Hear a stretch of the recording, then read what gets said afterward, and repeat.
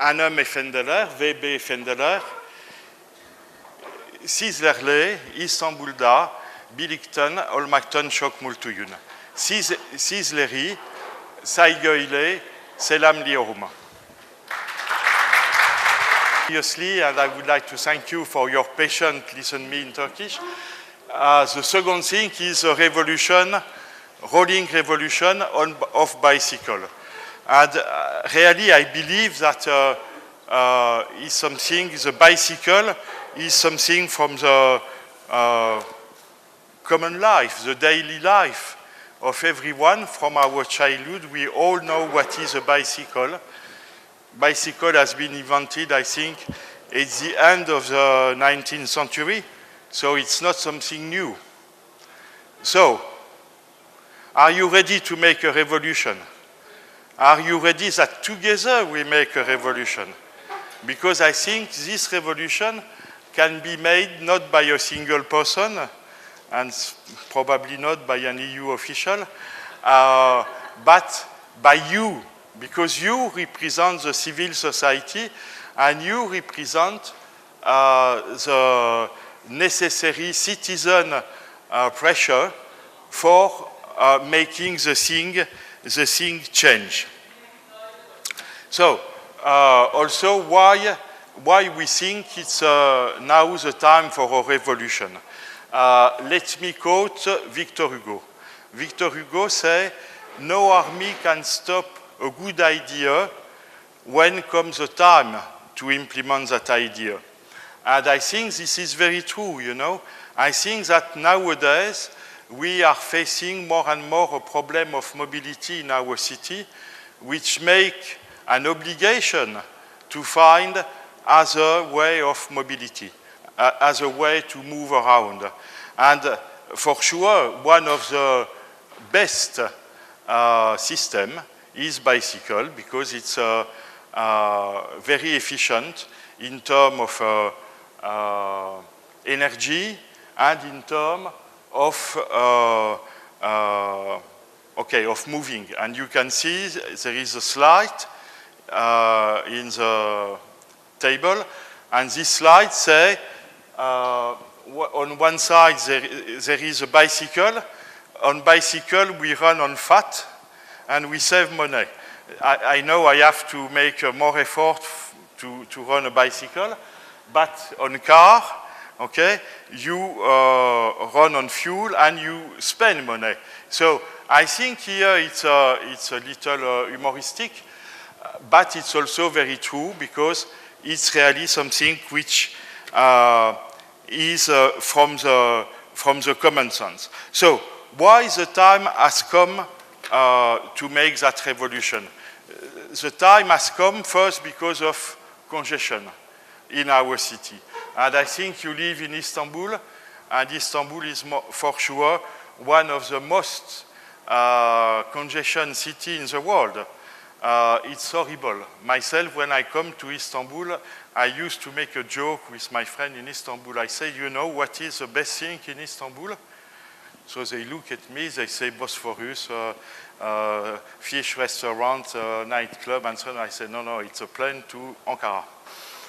And they are a little bit disappointed, but I think congestion must be very heavy for the life, not only in terms of money, but also in time of quality of life, and how complicated it might be to reconcile private life, working life, when you spend 2, 3, 4 hours in transport every day. The second issue, for sure, it's an issue you know all of you very well, is the issue of the pollution. So in our city, the pollution start to become so high that initiatives are taken. In some cities, they decided to make a toll in order to enter to the city with car. In some other cities, they say car built before 2006 or whatever cannot enter the city anymore. In other cities, they cut some lane to the car, like in Paris. Okay, and you can find many solutions. But none of them are really satisfactory because the pollution go around the city, and in fact we don't solve really the problem of pollution, which I think it's something very heavy due to the respiratory disease which grow and grow, and now it is a fact that in Europe several 100,000 people die every year due to the pollution. And that pollution is mainly due to transport. The last thing is for sure obesity, sedentarity, in fact health. So I think this is the three main factors who make me thinking that if the revolution can start, this is a reason why it should start. It should start because we reach a point where the common sense commands us to change our way of moving.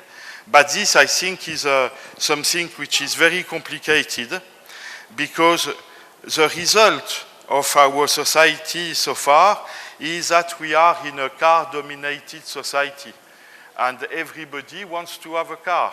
And in Europe, I mean, and Turkey as well, almost everybody now can afford to have a car. More or less nice, more or less young, more or less polluting, but everybody wants to have a car. And if you have a car, you want to use your car. Even if the petrol costs a lot, there is always budget to fill up the tank and to move, because car is synonym of liberty, freedom, whatever, and it's also freedom of new opportunity. So why to be prevented from this opportunity? But we really believe that if car is a symbol of privilege and mobility and of privilege, it is now the time to change the mentality, because this mentality of having car as a objective of life is more or less the last 50, 60 years of history in the developed world, which has been now transferred to developing world, to China, India, and Africa. Also, everybody wants to move with a car which is highly polluted.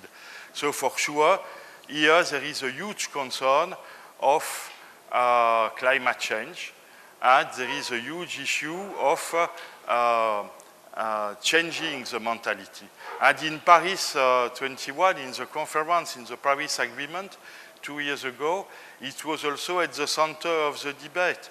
We understand that we need to change the way we move and our dependency to the fossil energy, and mainly for transport. So I could quote some example, like in India, I think they took very strong measures to promote electric car. It's countrywide. In France, they say that after 2030, no more fuel car will be sold in the country. And in Paris, the mayor of Paris says that from 2030, no fossil car will be allowed to, not fossil car motor, will be allowed to enter in Paris. And recently, an initiative has been taken by London, Amsterdam, Los Angeles, Paris, in order to say we have to move, we have to go faster than the move and the change of mentality, because it's really a huge question from our city. So I believe Turkey has to join this effort, because nowadays Turkey is a little bit lagging behind. Turkey has not ratified yet the Paris Agreement, so we do hope that they will ratify soon. And, for example, Istanbul is not joining such initiative. I understand it is complicated, and Istanbul is in a specific position. Istanbul has a specific location in both parts of the Bosphorus, in Europe and in Asia. But, however, I think in Istanbul it is even more important because Istanbul is a huge city of 18 million people, maybe. Statistics are not very accurate. But for sure, when I heard this morning the mayor saying that more than 50% of the budget of the city is spent for transport, I was a bit surprised, but I was at the same time scared, because the more you will build road, the more you will build new tunnel, new bridge, new whatever you want, the more you will have traffic. And this is, you see, an observation which has been done everywhere in the world. Infrastructure only cannot solve the problem. For sure, they can help the problem for some time, but it's impossible that they solve the problem. So we have to find another way of mobility, and in particular in cities for short distance travel, I would say less than 10 kilometers, there are other possibilities. The first possibility maybe is to walk. It's not bad. It's also very healthy. It's also fat. It's running also on fat, and it's cheap. But it might be slow, and it might be tiring. I have to say, to make bicycle is less tiring, quicker, so you win time, and it's fun. I think everybody likes to make bicycle.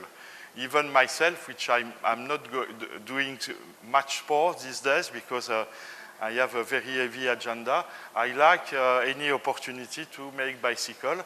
I was last month in an event in Izmir, which was very interesting, which was a fancy bicycle day, where women wanted to take the public space to show that it is possible to bike and to be not necessarily in a sport event, and that bicycling, in fact, was part of the today life, to go to make his shopping, or to go to his work, or to do any other things that you would do normally with your car. So it's really a question of mentality. It's a question, in fact, of habitus, as the French sociologue Pierre Bourdieu would have described. It's our childhood habit that we have to change for us, and we have to give, through education, much better habit for our children and grandchildren. I think it's a fundamental issue. I apologize, it's very hot, and I did bicycle, so... So now you understood the fundamental vision and idea of the revolution is to decouple car and mobility.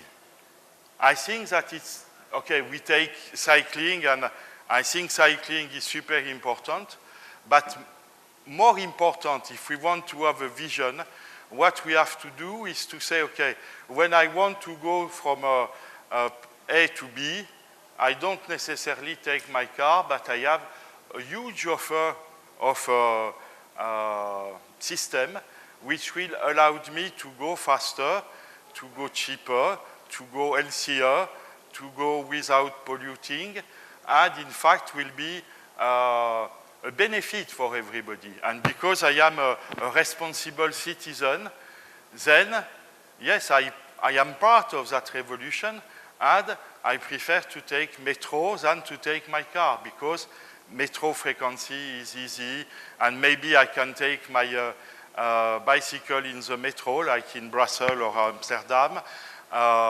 So after I can continue my travel as I want, or anything you imagine in the Bosphorus, maybe they can be ferry where they accept people with their bicycle, and so on and so forth. And I think this is the fundamental point. I think I said it already, but I want to repeat it.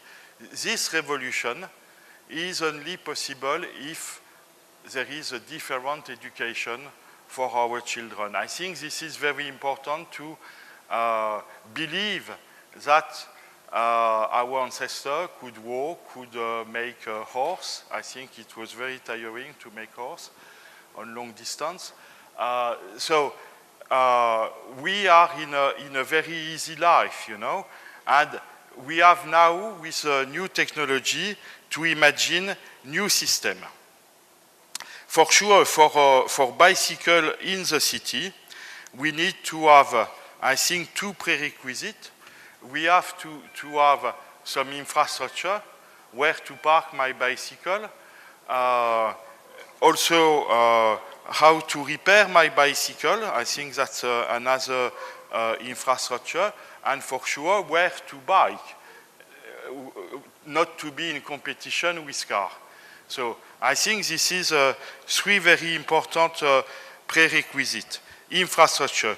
The second prerequisite, which I think is connected to each other, is safety. If I want to make a bicycle, I have to have the insurance that I will bike with a maximum possible safety. Okay, risk zero doesn't exist in life, but okay, we have to guarantee the user a certain level of comfort and of precaution. And I think here we have also a lot to do with education. I would like, for example, to quote statistics in Turkey, which is not concerning bicycle, but pedestrian. There is a very high rate of fatality for pedestrians in the Turkish cities. And I think this is something which has to be also fight very strongly. And in some city, like for example in Ankara, you don't see much bicycle. Why? Because the roads are very insecure. Maybe also the second issue is terrain, which is very hilly and might require a bigger effort than in some other flat city. But I understood Istanbul is not so flat, so maybe could be a challenge as well. And then, you see, we can also use bicycle with some technological system, like for example, electric bike, which recently a friend of mine, because I'm complaining I cannot bike in Ankara, told me, but okay, you have an electric bike, and when it's steep, you put your motor, electric, no emission, and okay, you are safe, and so on. So, I think this, all what we say, bring us to a global vision of how the society and the economy will evolve tomorrow. Nowadays, we have an individual model. Everybody has its own car, has its own equipment. Even if you don't use the equipment more than 1 or 2 times a year, you buy the equipment, and this created for sure attack on the resources of the planet. So I think nowadays there is a new kind of economy which is emerging, which is a sharing economy. And also there is another revolution which for sure will be something very important for the country. We will take the train at the right time. It is a green economy. Green economy means to produce renewable energy and really try to have also a model of energy savings. And this these two elements all together will make that in 20, 30 years, I think the life, our life will be very different. And let's hope that we will have overcome the difficulties, because if not, really, believe me, I think we will have a problem, because climate change is not a theory, it's a fact, and it is now. So now we know that we are already in a vicious circle of increasing temperature. I think it is seen every day. Here in Europe, we have longer summer, hotter summer, which are also not exactly at the same time. Or we can see in the European mountain ice which is melting, like in the Alps or in other parts of Europe. And also we can see that in West Indies, South America, or Asia, in the South Hemisphere mainly, hurricane, mousson, I don't remember you say mousson in English. Mousson is a period where there is heavy rain, always lasts long, are more strong and so on. So we really need at our individual level to make an effort and to give our stone to the common building. That's why I would like to say that the European Union has also developed a strategy to support bicycle. And we for sure would like to encourage Turkey and all countries in the world to do the same, because it is so important to think to our future. In order to, because I'm going to conclude soon, but before concluding, I think that all what I said is also to be considered at the light of the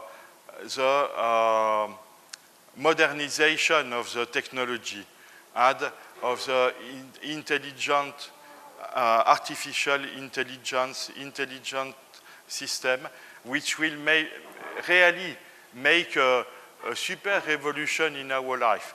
My colleague Göktuğ said, you should show a video. I said, okay, let's, maybe not, we don't can show the video, but we can give you the address. It's somewhere in Google.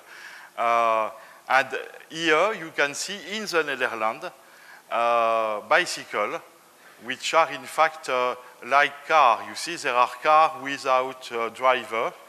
You can find now bicycle without driver. For example, two kids go to school with a bicycle of their parents automatically. There are special seats, and the bicycle go from one place to another place. So what I want to say that the possibility of the new technology are so huge that we even cannot yet envisage what will be these possibilities. So the possibilities, like every human activity, can be good or can be very bad. It's up to us to decide what we want to do. Voilà, so I think that I'm going to stop soon. I would like to say, in fact, in order to conclude, that we know what is the problem, but now we have to settle for us a global target of reducing the green gas emission, and to make sure that we take the respect of environment much more seriously. Otherwise, we will have a real trouble in 20, 30, 50 years. But for sure, it's our responsibility to keep the Earth healthy.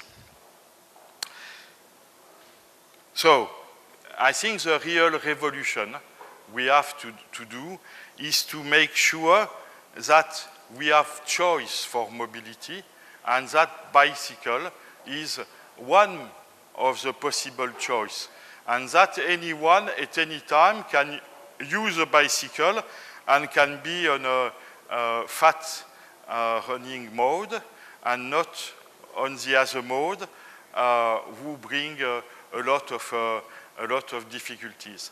So I would like also to say that the European Union, the European Commission, is thinking very strongly to those issues, and we want, as you know, be a leader in the climate change diplomacy and on the fight of the rising of temperature. So I think our elite has understood that transport is most probably one of the targets to reach good result in fighting against climate change. And okay, we all know the solution. The solution is to keep the car at the garage and to change our mentality. So we will try to do our best to accompany this move, and I would like to thank you very much for your participation and your attention. Choc téchéculaire.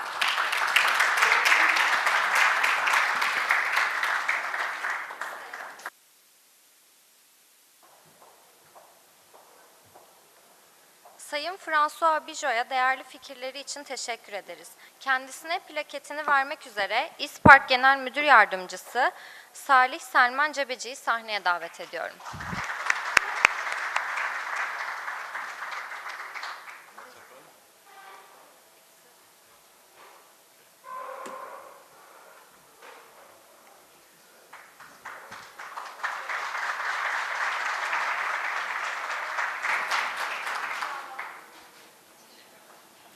Okay, thank you. Oops. Voilà. Bon. Devam. Shall I leave? Yes.